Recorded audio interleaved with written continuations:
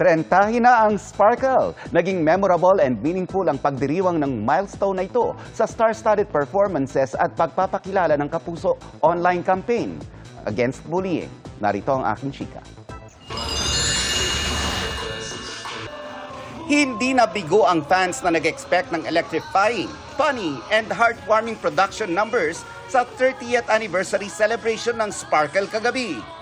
Pinainiti na Kapuso Dance Kings Rojun and Raver Cruz ang dance floor.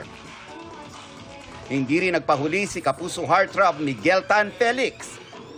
Si Kapuso drama princess Barbie Fortesa nag-ala Taylor Swift sa kanyang prod number. Powerful naman ang song and dance performance ni Jillian Ward. Humataw rin sa dance floor ang mga new gen sangre. At ang Kapuso PBB Celebrity Collab Edition housemates. Laugh trip naman ang hatid ng Kapuso comedians headed by comedy concert queen Ai de las Alas at Bubay. Hindi rin nawala ang birit mula sa mga Kapuso singers na pinangunahan ni Asia's Limitless star Julian San Jose. And I am just so grateful for all the opportunities that they have guided me through. And also, syempre, malaki po ang pagpapasalamat ko sa Sparkle, sa GMA, and to everyone who is part of it, sa lahat. Parang reunion. Ang dami ko nakita sa backstage na hindi ko pa nakikita ng mga 1 year na. Kaya it's so nice to see them again. Siyempre for camaraderie na rin at para din i-celebrate yung wins ng bawat isa.